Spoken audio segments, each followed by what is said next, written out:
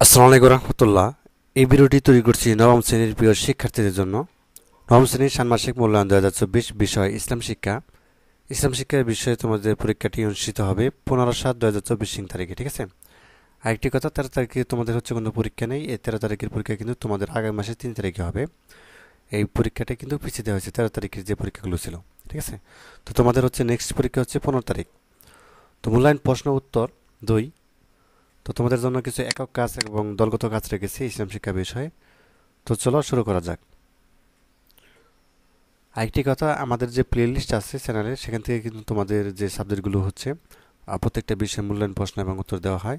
এবং পরীক্ষার আগের দিন কিন্তু হুবহু তোমাদের যে প্রশ্ন এবং উত্তর সেগুলো কিন্তু দেওয়া হয়। কাজেই সেখান থেকে দেখে নেবে। আর যারা নতুন হয়েছে অবশ্যই সাবস্ক্রাইব করে রাখবে। তো দেখো, শুরুতে একটা একক কাজ রেখেছি, ঠিক আছে। একক কাজ মানে হচ্ছে প্রত্যেকেরই কাজটা করতে হবে।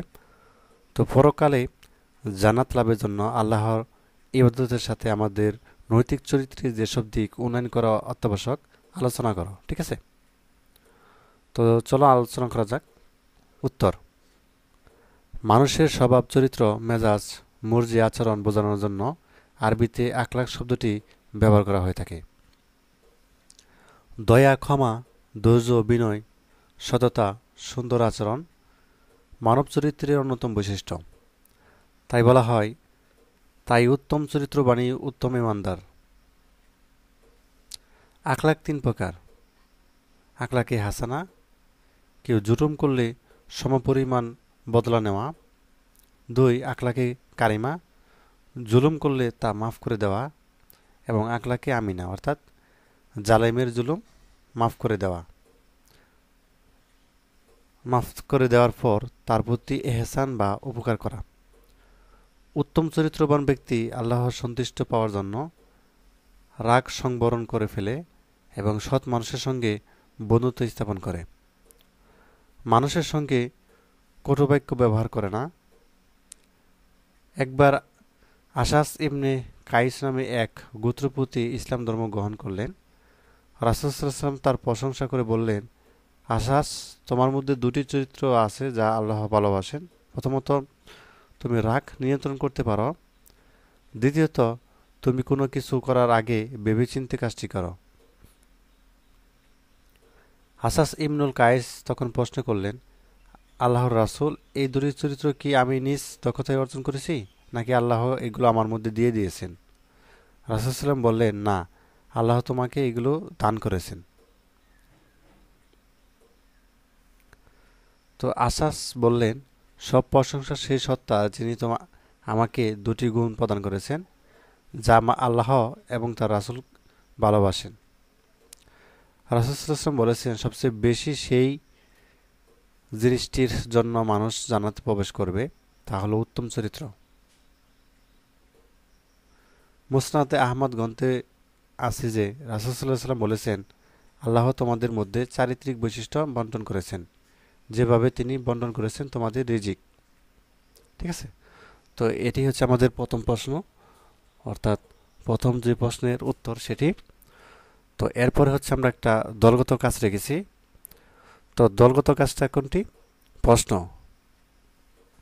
জান্নাত লাভের জন্য যেসব কাজ তোমরা অভ্যাসে পরিণত করবে তার একটা তালিকা প্রস্তুত করো, ঠিক আছে। অর্থাৎ এখানে দলগতভাবে হচ্ছে তোমাদের একটি কাজ দেওয়া হবে যে জান্নাত লাভের জন্য আসলে কি কি কাজ করা যায় বা কি কি অভ্যাসে পরিণত করবে তার একটা তালিকা প্রস্তুত করতে বলা হয়েছে।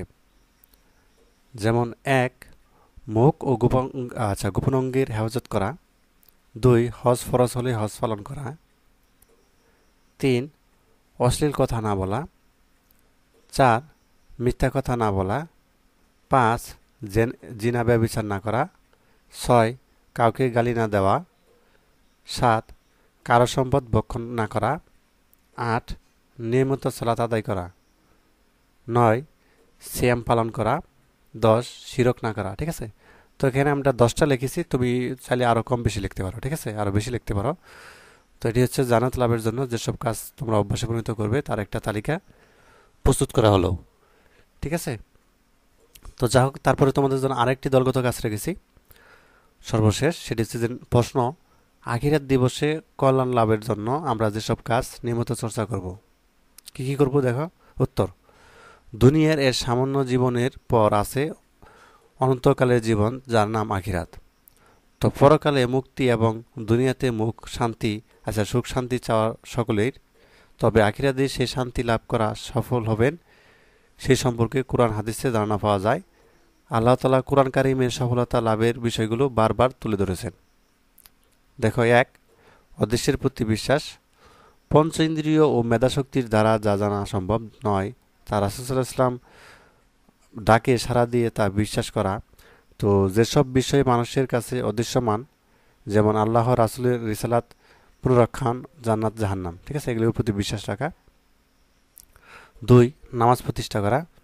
সব ধরনের আরকান, আহকাম, বিনয়, ভয় এবং নম্রতার আদব হুকুমসহ যথাযথভাবে তা সম্পাদন করা। ৩. আল্লাহর পথে ব্যয়।